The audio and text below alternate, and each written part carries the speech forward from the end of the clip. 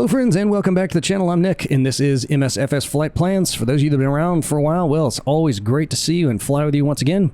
It's nice to know I'm not the only nerd in the room. And for anyone stumbling in for the first time, we are all so very glad you're here and hope you'll hang out and spend some time with us. And as you'll know by the end of this flight, I am not a professional YouTuber. I don't need a penny from this endeavor to pay the rent, feed the kids, or any of that stuff. I just do this to have a good time. I enjoy chilling with really cool folks who are also into aviation and exploring fascinating places all over the world. So if that sounds like something you're into, welcome to the party. Today's flight is to Devil's Tower in northeast Wyoming. It is also the first in our Rocking Out series where we will be checking out the largest rocks on the planet and learning all the lore and the history and the science behind each of them. And some of these flights are going to be pretty short like this one because the area is really, really remote, but some will be a bit longer if there's some populated areas to fly over because that'll just give us a little bit more stuff to talk about. But all of them will be awesome regardless of our amount of time in the air. And I hope you'll feel that way about this one as well as we kick things off.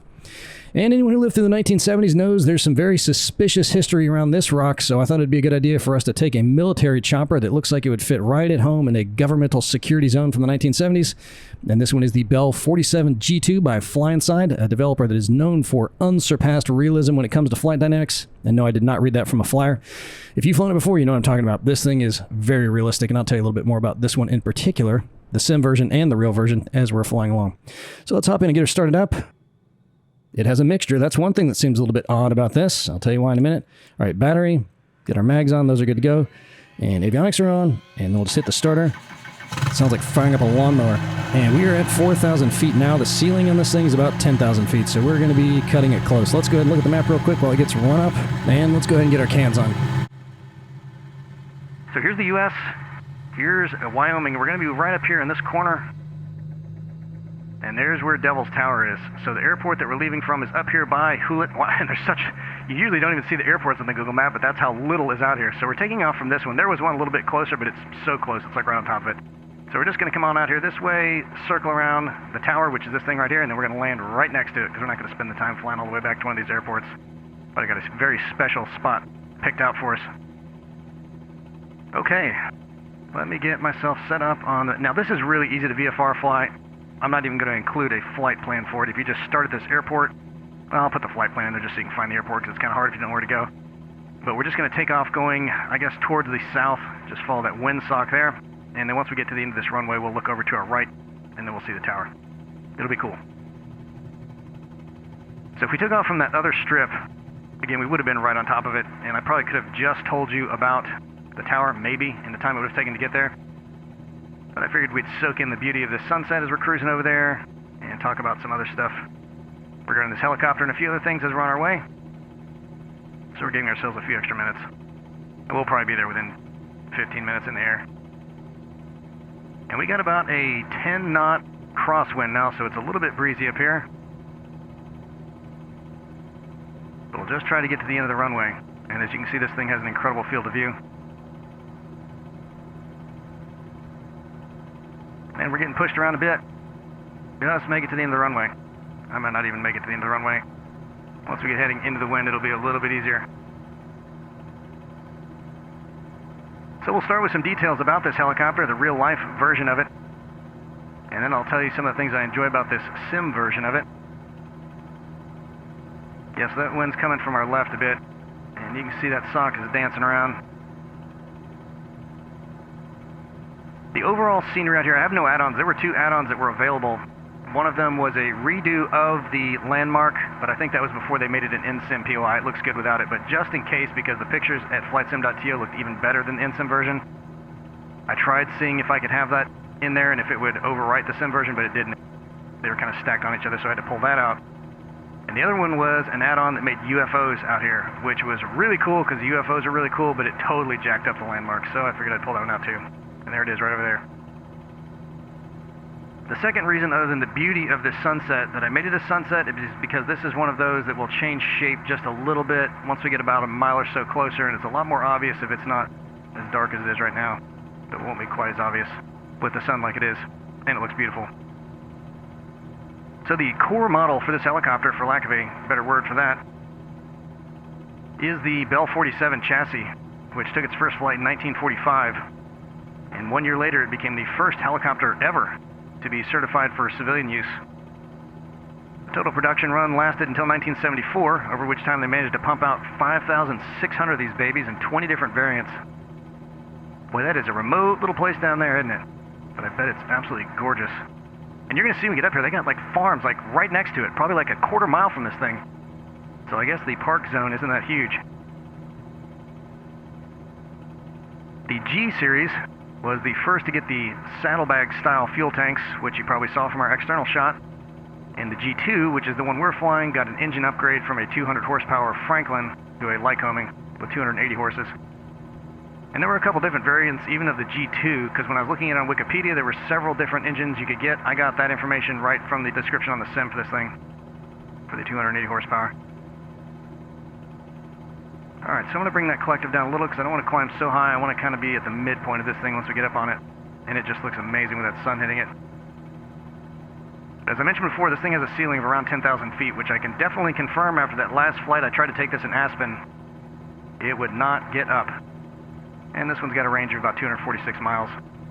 Cruise speed's around 74 knots, which might even be tough to hit up in this thinner air up here. In fact, I'm going to pull our mixture back a little bit. Don't make too many piston-powered engines anymore. Most of them are those turbo shafts that are on all the modern helicopters. You can tell it definitely sounds different if you can still hear it through my cans. Since this was the first chopper in many different categories, it was also the first to set a lot of records. Here's a few of them.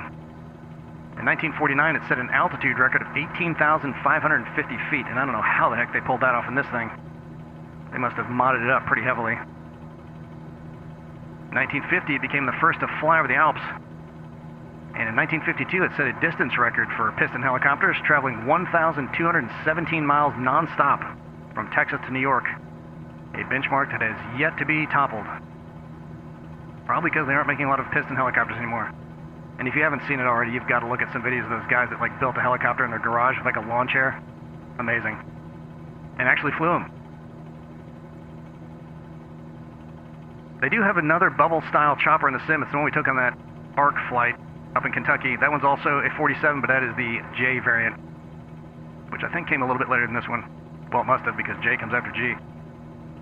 The thing I like about this one, however, the sim version anyway, is the flight dynamics, again, feel very real. But you can also dial in the level of difficulty very precisely by clicking this little thing right here. It'll pull up a thing with some sliders, and you can adjust everything with extreme precision, which is great if, like me, you are trying to learn how to fly these with all the realism turned on. So I can just slowly start inching it up, which I've done a little bit for this flight. And one of the things about this one that makes it very, very different than all the others is there are no trims, which is why you see that cyclic flying around like crazy. So you just have to work everything with a cyclic. You cannot trim this out. Look at that baby. Oh, it's going to look so good with that sun hitting it. And lastly, the sound package on this thing is amazing. Really good. In fact, let's open our window. Is that nice out? Get a little bit of fresh mountain air. Okay, so onto the centerpiece of this flight, Devil's Tower. Or as anyone who lived through the 1970s calls it, that thing from Close Encounters of the Third Kind. I'm sure everybody remembers the mashed potatoes scene. If you have no idea what I'm talking about, you should check it out. Classic for sure. This formation was discovered by European Americans in the 1800s. I think 1853, maybe 59. And the indigenous folks called it all kinds of things, but most common was Bear's Teepee or Bear's Lodge or just Bear's House, depending on the translation. But unfortunately, whoever was translating it wasn't very good at it because they originally thought it meant Bad God's Tower, which is how it got the name Devil's Tower.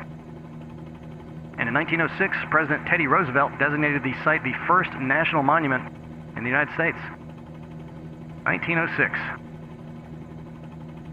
Aside from the tower, everything else we see below us was once part of a massive, shallow inland sea that went all the way from the Gulf of Mexico, up along the interior of what would become the Rockies, all the way up through what's now Alaska, drying up around 60 million years ago. And the tower itself is likely much younger, probably forming around 40 million years ago by something known as a laccolith.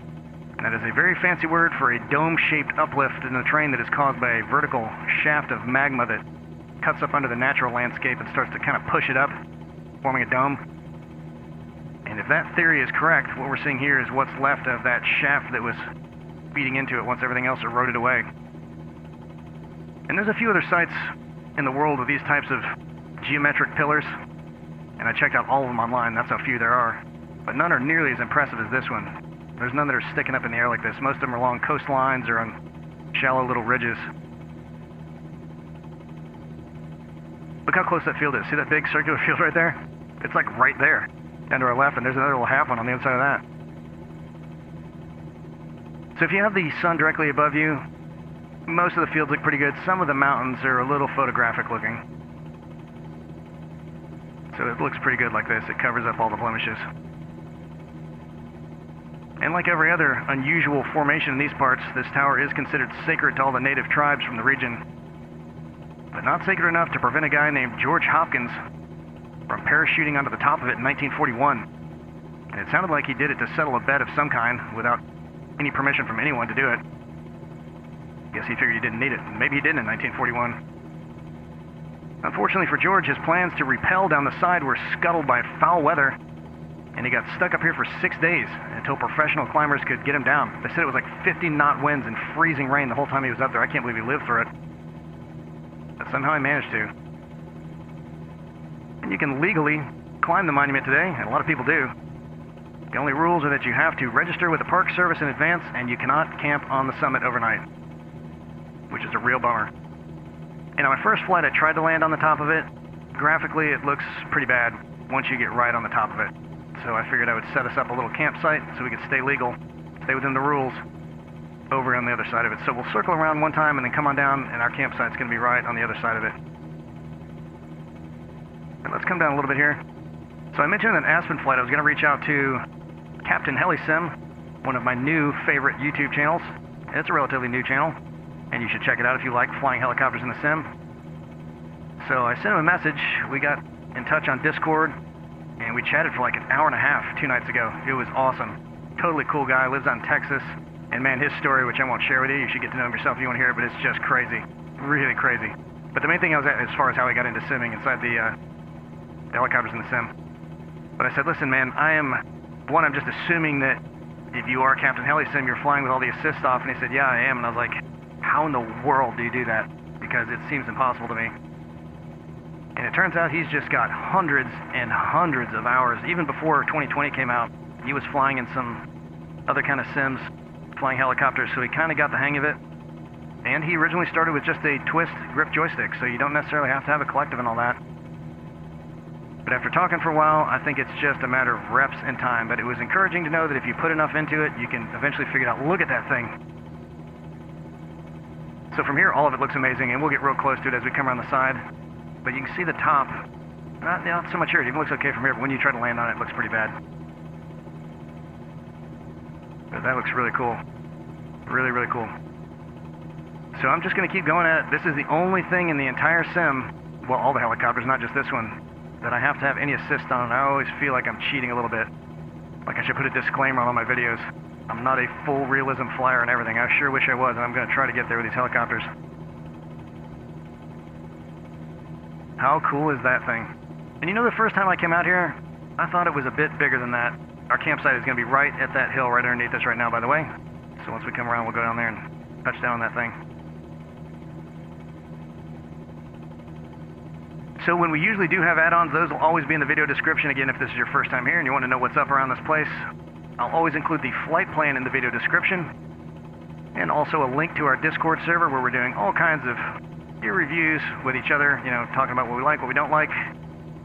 The current conversation right now is whether or not I should try out the Google Map modification. I saw some before and after pics that one of our members put up there, and for the areas he was flying over, it was a vast difference.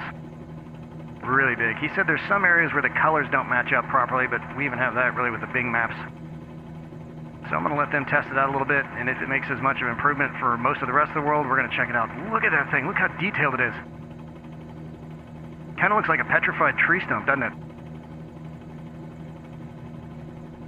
So the link to our Discord server will also be in there, and then I'll always have commentary about our upcoming flights.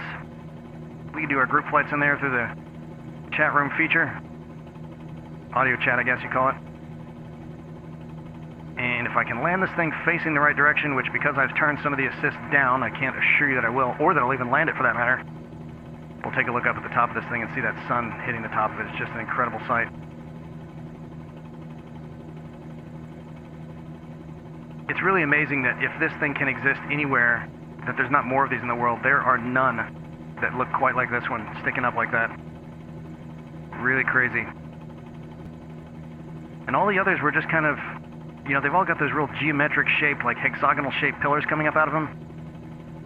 And they're all just kind of crumbling off, and again, really shallow. I don't know how this one managed to wind up looking like this. It must have just been a combination of the type of rock and the stuff that was above it at one time. I'm guessing it's probably pretty soft if it could completely erode like that. But what an impressive looking piece of nature, huh? Alright, so let's see if I can get this baby down. So if you can see it through the reflection on our windshield, I know that sun's kind of bright. That little parking area for the park is right down there below us. It's coming into the shadow right now. And our campsite will be right over here. Maybe Chet will already be out here getting some chow ready. Chet's usually our co-pilot, by the way, if that makes no sense to you. We haven't seen him in a while. We got to get another plane he can fly. By the way, I did get the Tomahawk. After a lot of our Discord members were saying it was really awesome, and it is. I still feel like it's a little bit overpriced for what we're getting, but it is incredibly well modeled. A lot of fun to fly. If you like doing walkarounds and checklists, well, you'll be in love with that thing. But it is slow. We'll take it on one of these flights if I can find one that we don't need to go too fast on. But it's a cool plane. Alright. So I'm going to try to come across, see that white line kind of coming across the middle of it? I'm going to try to get just on the other side of that. And then face the monument if I can.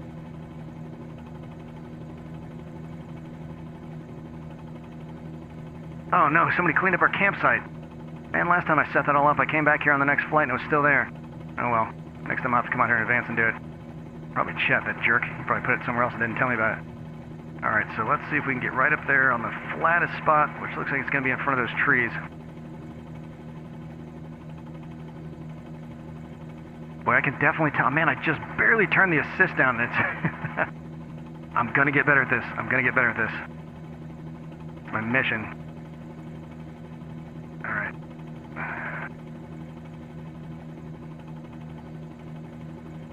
I'll get to a hover if we can. And then just barely set her down. Whoop, oh, oh, oh. Well, that's a lot better than I thought it would be. Okay, let's go ahead and shut her off. We'll just turn these things off and we'll kill the fuel. That did itself. Look at that. How awesome is that? Incredible. Yeah, I had two tents out here before, a little fire going and everything, and it kind of glowed a little bit with the sun setting. It was amazing. I'll try it again for the next flight if we go to a remote spot. So that's it, guys. Looks beautiful. Our next flight is going to be... Let me take these cans off. Our next flight is going to be, I think, Stone Mountain, north of Atlanta. Easily the best of all the rocks on this tour. I've already checked all of them out. For some reason, it looks insanely good. And there's a huge gondola going over the top of it, which now that we have our gondolas pack, that'll look really good. And I think we're going to go north, land over Lake Lanier on the western side of Lake Lanier, which is just north of that. A huge man-made lake. And now that we have our marinas, that's also going to look really cool. And there's a really nice dam. I think it's called the Buford Dam that made that thing. Not an instant POI. Neither is Stone Mountain. So I don't know why it looks so good. But we'll check out that and the dam, and it's going to be awesome. Maybe some of the little towns in between there. That area north Atlanta is just really, really nice. So that's it for this one, guys. Had an absolute blast, and can't wait to see you all again in the skies. Later.